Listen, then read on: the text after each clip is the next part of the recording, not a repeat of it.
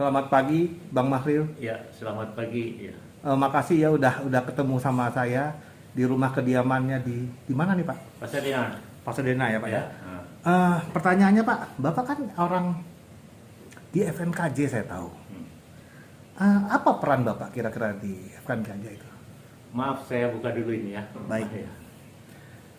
Begini, saya peran di FNKJ adalah sebagai anggota aja, ya kan, sesama korban daripada asuransi Jiwasraya. Mm-mm. Uh, Dan dan Bapak? di Jiwasraya itu bukan saya yang jadi nasabahnya sebetulnya, polisnya itu atas nama istri saya. Hmm. Jadi istri saya dapat uang pensiun, uang BPJS-nya. Nah, uang itu dimasukkan ke Bank BRI, lalu ditawarkan untuk ikut asuransi Jiwasraya saving plan loh. Nah itu. Jadi kami pun sebetulnya nggak kenal Jiwasraya, tapi karena officer dari Bank BRI itu menawarkannya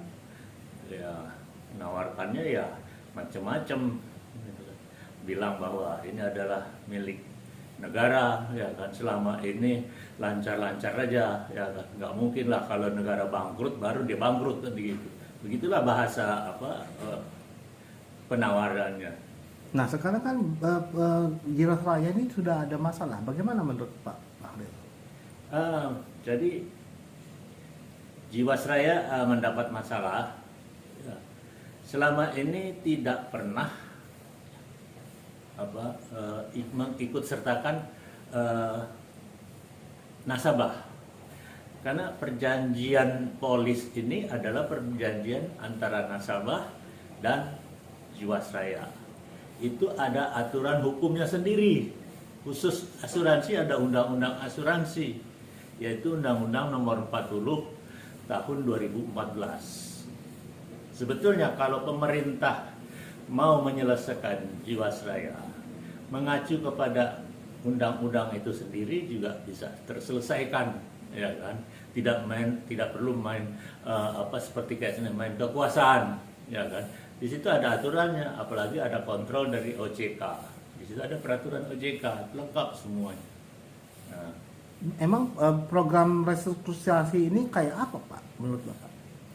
program restrukturisasi sebetulnya awalnya adalah untuk penyehatan manajemen perusahaan. Tapi faktanya, ya, restrukturisasi adalah penyelesaian masalah gagal bayar Jiwasraya itu dengan cara dicicil pembayaran selama 15 tahun.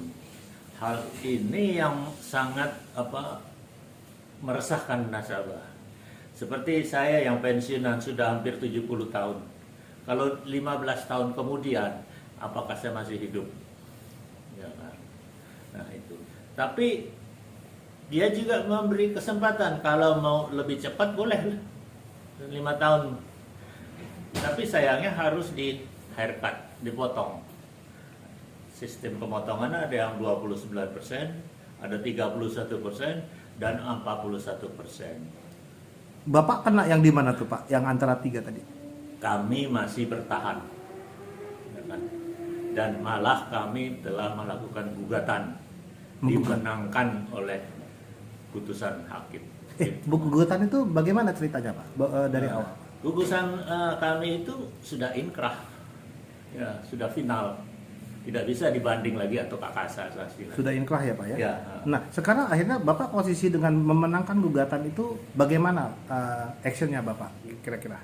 Kemarin saya sudah menghubungi direktur utamanya langsung, Pak Angger, ya kan.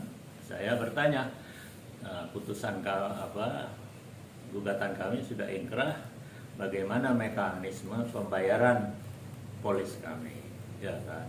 Tentu saya harus bertanya. Apa jawaban Pak Direktur? Pak Dirut itu menjawab bahwa saya kurang aware, jadi bisa nanti saya tanyakan dengan Pak Mahelan di Direktur resiko dan pokoknya memang ada bidangnya di Ada situ gitu ya. kan. Oke, kalau begitu saya tinggal tunggu dari Pak Jawaban. Ya, nanti akan saya hubungi. Ya kan. Oh, jadi hanya apakah itu cukup memuaskan bagi Bapak? Sebetulnya sangat tidak memuaskan.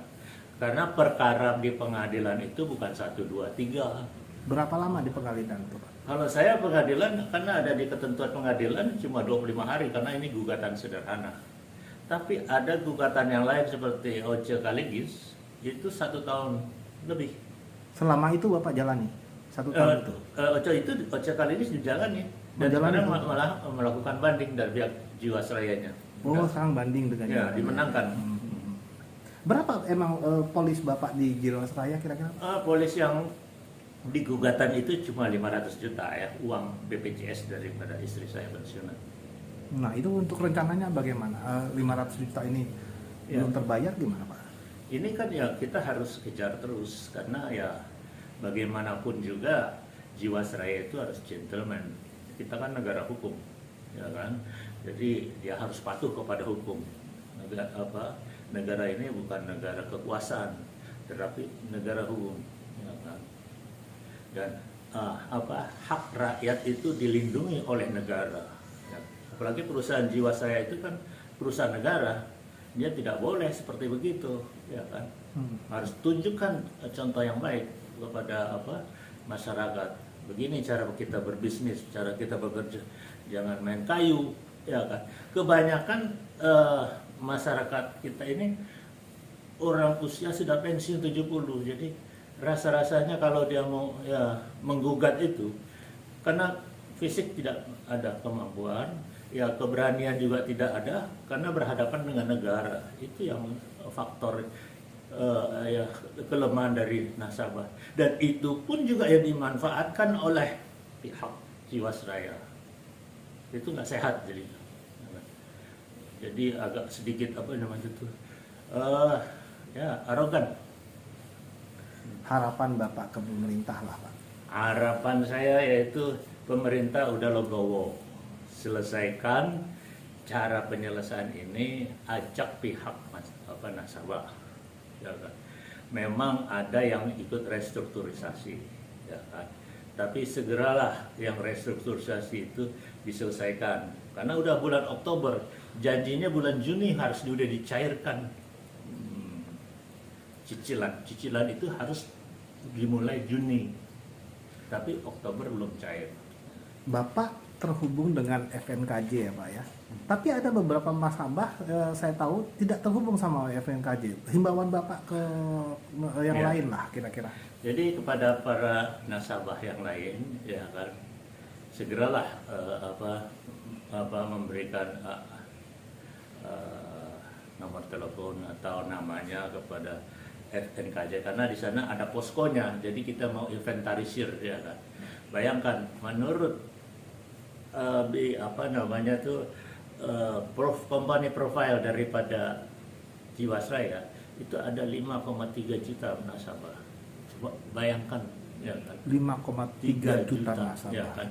Jadi bukan kami yang ngomong 5,3 juta, tapi dari company profile dari nasabah Jiwasraya sendiri yang menyebutkan seperti itu. Jadi terlalu banyak. Pak Mahril, terima kasih. Ya. Nanti kalau misalnya ada sesuatu nanti kita kontak Bapak lagi. Ya, Selamat pagi, Pak. Ya, pagi. Terima kasih.